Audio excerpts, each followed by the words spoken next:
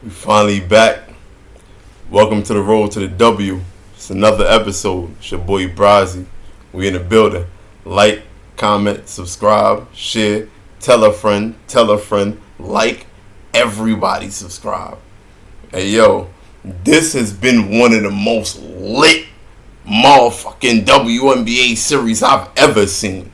Respectfully. Like, you got the MVP and the Defensive Player of the Year. A'ja Wilson. Defender her trophy.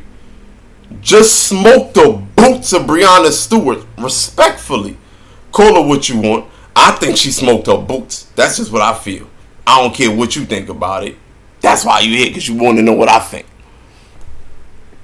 And now we going against one of the best defensive players in the entire league. One of my personal favorites in the entire WNBA. Alyssa Thomas. She was the runner-up to Defensive Player of the Year. But you want to know what's crazy? How you the runner-up to Defensive Player of the Year and you end up second all-team defensive? Shit don't make no type of sense. So I know Shorty about to come out here with something to say. She just put clamps on Candace Parker. And Mamisa Mill was ghost. Nowhere to be found. It took Vandershoot 5 games to get herself on track. You know what I'm saying? Kalia Copper did what she had to do because she from Philly. Shout out to her. That's that East Coast shit in her. You heard? I'm from Brooklyn, respectfully, in New York City. So it's always love out to Philly, Stink. Good job. But at the end of the day, they had to go home at 5. But that series was fire. Fire. If you say you wasn't a fan of the WNBA, or if you saying that you wasn't watching it before, you really ain't have a reason to think about looking at it. Hey, yo, they can't do nothing more than what they doing this time. They can't. Every single one of these games going down to the wire. We give you buzzer beater moments. We give you great defense. We give you A1 top of the line coaching. We give you trash talk. They talking shit, throwing elbows and all that shit. Alyssa Thomas being dirty. They think she dirty. I don't think she dirty though. I think it's just gritty. That gritty defense means something. You feel me? All that finesse shit is cool. The finesse and smooth points look nice. But when it's time for when we up here and we fighting for that thing, you heard? When we up here and we doing what we gotta do and we trying to get that trophy, trying to get to the top spot, I'ma trip you, bro. Respectfully. Like, I'ma pull the lad out. I'ma do anything I can to get that victory. And it's like, if you don't have that same kind of intensity, if you ain't got that same kind of passion, if you ain't got that same kind of hunger, if you ain't got that same kind of drive and will, then who are you? Fuck you gonna be in life. Respectfully. You gotta ask yourself that. So when you look at the Connecticut Sun, and you trying to find a way how you can take away from them, you trying to find a way how you can assassinate them, you need to look in the mirror and ask yourself, why don't you go as hard as they do? Why you don't want it enough? And they finally going against a team that wanted might be more than them. Hey yo, one of the most passionate players that I've ever had the witness and pleasure of watching was Kevin Garnett. Kevin Garnett was one of my favorite players ever because the things that he could do in the paint, and then he was also a big man that was versatile. He could sit there and he can get you to 7, 8 assists a game. He could step out and hit 2, 3 3-pointers if you need the joint. But the number one thing about KG was he was selfless. And A'ja Wilson remind me of him so much. A'ja Wilson, respectfully, deserves the MVP. Deserves the MVP. I'm going to say it louder for the people in the back. A'ja Wilson deserves that MVP. She deserved to be the Defensive Player of the Year. She earned that. She earned it.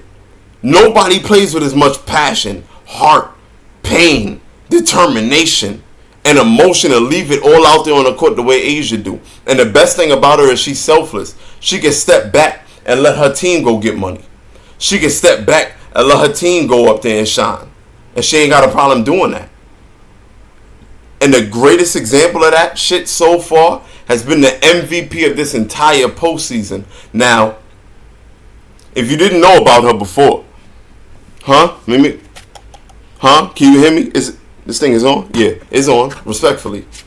If you didn't know about her before, she done put herself on the map. The only player in WNBA history with back-to-back 30-point, 10-assist games.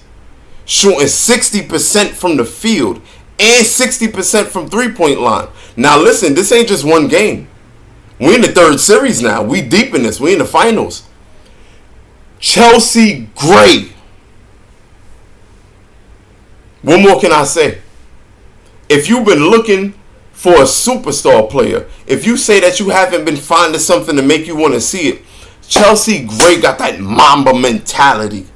Respectfully. She was sitting there and throwing them big blows. She put Breanna Stewart. She put Sue Bird out of her commission. Respectfully, it was her. I know everybody played their part. Kelsey Plum, I love you, Kelsey. Kelsey! You know how I feel about Kelsey. But you've been having a subpar performance so far. Chelsea Gray has been playing out of her mind. Out of her mind. Depending on what night it is, she might pull up here and give you 7-8 points in the first half. But then when it go time, it's go time, fourth quarter, and it's time to show up, she go out there like she did and put Seattle to sleep. And when she scored 15 in the fourth quarter, and she put her stamp on the game. Every time it's time to make them big shots, she want the ball. And she performing. Pull up on my block and showing me perform. Shout out to K Flock. Free him. Respectfully. I'm not going to lie to you. This series is going to be one of those where it's determined all about offense versus defense. And a lot of people like to talk about DeWanna Bonner being a super vet. Super vet. And we can never take anything away from DeWanna. This not your series, boo-boo. It's not. It just isn't. And a big thing for me is I want to know how much can Derica Hambry give them? How much can she show? If you can just give me 15 to 20 minutes off the bench, then we go with you. We go with that. But even if she doesn't do that, Asia Wilson is going to have a big problem dealing with Jonquel Jones and Brianna Jones in the paint. That's a formidable duo. Brianna come off that bench one day. Hopefully it's going to be this series. The coach of Connecticut is going to figure out to put in, hey, let me put Williams, let me put Heidemann, let me put Alyssa Thomas, Jonquel Jones, and Brianna Jones. Let me put all five of you on the court together and see what happens. Hopefully, because they haven't ran that series, they haven't ran that lineup the entire season. So hopefully, they were saving it like Bill Belichick does, and they saving it for this game right here. They saving it for the finals. Because if they put that big squad on the court, I ain't gonna lie to you. You're gonna have your work cut out for you, Asia. I believe in you. You do a lot, and you're very, very dynamic. And I'm not even gonna doubt you because you're the MVP. You always have at least one bad game in these series. I done seen it every single series so far with you in these postseason. You have your complimentary bad game, and the Aces always come out game one a little bit stale. So Connecticut, there's their chance to steal it. They can steal game one. That might be the only game I can see Connecticut winning. There's no way in the world that Becky Hammond, the coach of the year, there's no way that Asia Wilson, MVP, Asia Wilson, defensive player of the year, there's no way that the way that Chelsea Gray been stepping up and putting her imprint and showing who she is and really letting people know she's a superstar in this postseason. The way that Kelsey Plum, Kelsey, went from playing the bench last year, 6th Woman of the Year, and now she's a big part of why this team is here. That game 5 to put them away, she had 14 points in that first half. That kept them on pace until Chelsea stepped up in the second half and Asia got on track in the second half and really guided them and walked them home. I just don't think that offensively Connecticut has enough. They can make the game very dirty and ugly. So I do see the series being a very low-scoring series. But if they ever was to go into a high-scoring situation, the Ace is going to have that covered. Easy. And then when you're talking about defense, yeah, the Sun might be able to hold the Aces underneath scoring a certain amount of points. But when it comes down to them key moments, them critical moments, them 3 minutes, them 5 minutes, them last 2 minutes of each quarter, the first quarter, how you close out a half, how you start a quarter, can the Connecticut Suns put up enough offense to keep up with the instant offense that the Aces can do? That offensive situation when they go into the heavy ISO movement is very tough. Chelsea Gray is looking unguardable from the midi. That mid-range looking unstoppable. And sometimes it's just a person's time. Sometimes it just lines up and it's just your time. And the way that the stars lining up, the way that it's looking, the Las Vegas Aces will be your WNBA champions for 2022. I got the Aces in 5 games. Your MVP will be Chelsea Gray. As much as I wanted to be Kelsey Plum, the MVP will be Chelsea Gray.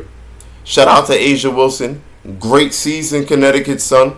I love what you've been doing. I love that defense. Alyssa Thomas coming back from your first season from that nasty injury last year. Kudos to you. You've been doing great things. Next year, y'all gonna look great. But this season is the Aces town. Like, comment, subscribe to the channel. Road to the W. We on the way to 100 subscribers. Let's get it poppin'.